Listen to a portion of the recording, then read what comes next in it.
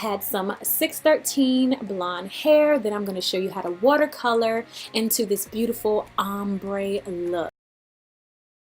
So this hair is from Ishow wigs. Packaging wise, it could have been a little better because I didn't know where this package was from. I had to look it up, but yes, everything else was good. It was 16, 18, and 20-inch bundles with a 20-inch frontal. You have some lashes that come with it. Here is what the lace frontal looks like. I love the way the hairline is. It's plucked already. Everything is looking nice and natural. The bundles are looking nice and healthy. Everything is looking great so far. The ends are nice and healthy. This is some really good 613 hair. I can't even get my words out. But look how nice the hairline looks. Even though it was nice like that, I did go in and pluck, a little bit more because I'm just obsessed like that. So now that I've already created my wig, I'm going to throw the hair in some shimmer lights in the water because it's going to cancel out that yellow tone. So you're going to go ahead and put it in some warm water. Put, just eyeball how much product you think you need with the ratio of water you have. And I'm showing you the color of the wig now, the 613.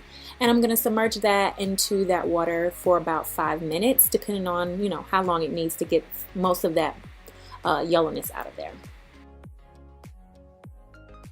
Here are the colors that I'm going to be using, and it's by Adore. We have Lavender, Purple Rage, and Jet Black.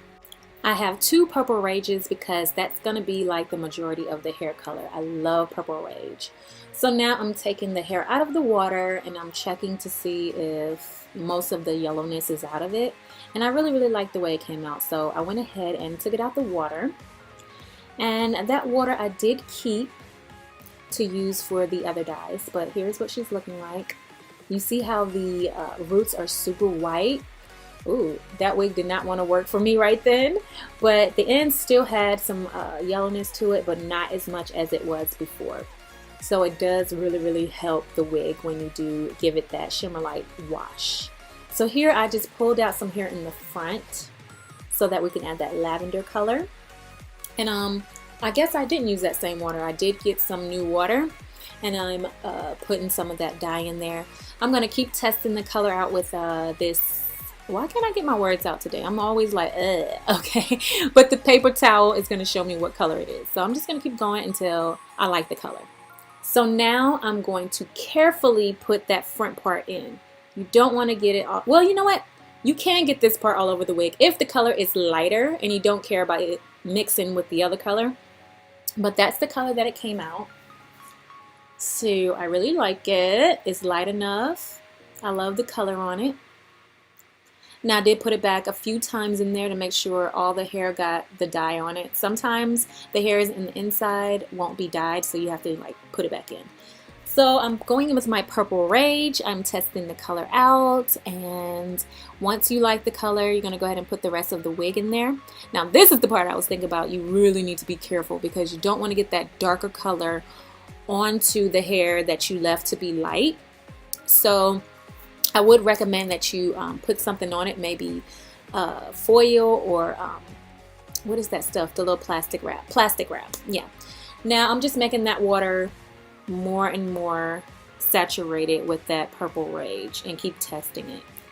I had to use a bigger container or bowl because the hair didn't fit all the way in like I wanted it to. So I had to add more water and more dye. So you're going to hold it really careful and move really slowly to make sure that you're not getting that dye onto that lighter part of the hair that you want to leave out.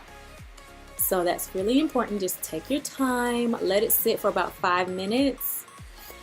Keep checking to make sure that the hair is getting fully saturated with it. Like I said, sometimes the center of the hair doesn't get as much dye on it as it should. So I added some lavender color to it, which I thought was Purple Rage, but it was the lavender.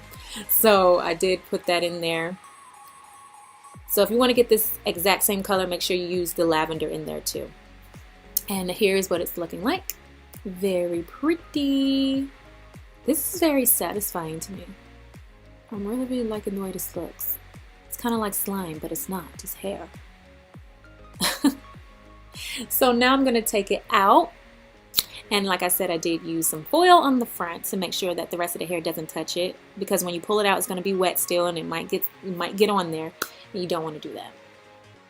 So I'm going back and I just used about 25% of that water that was in there, and I'm going to add some jet black to it because we're going to go ahead and dip the ends in that jet black mixed with the Purple Rage because we want it to be a nice ombre effect. So I'm going to make it darker. I'm going to keep checking to make sure there's enough, product on it. So I'm going to keep adding the dye and testing the color, and when I like it, I'm going to go ahead and dip the bottom of the hair on it. I did add a little bit of Purple Rage to it, a little more of it, and we're going to go ahead and stir it and dip it in.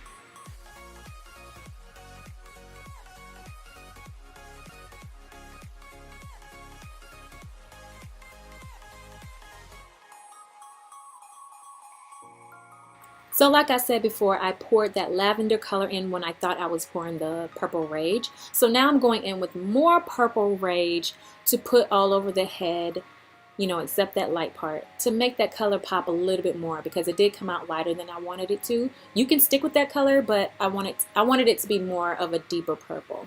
So I did wash it through with that color again. I left it for about a few minutes, just a few minutes, and this is the final result. You can see that it ombres to that darker shade. Here's that piece we left out in the front, that lavender shade, and there's how it looks together.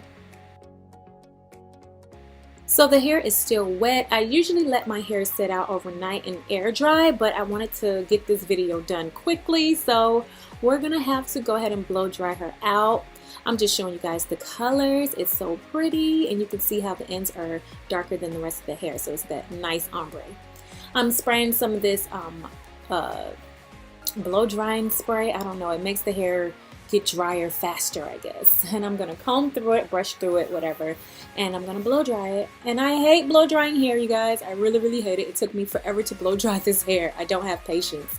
So I went ahead and flat ironed this hair too. Now we're gonna go ahead and add a few layers to the front to frame the face. I was kind of skeptical on if I was going to do the layering because I wanted to be able to use that streak in the middle as a middle part and a side part, but I decided to keep it as a side part. I really like the way it looks as a side part instead of the middle part. But I will show you guys a middle part later on in the video. So yes, we're going to work on that hairline using the Got2b Glue spray and my hot comb. And she's looking nice and natural.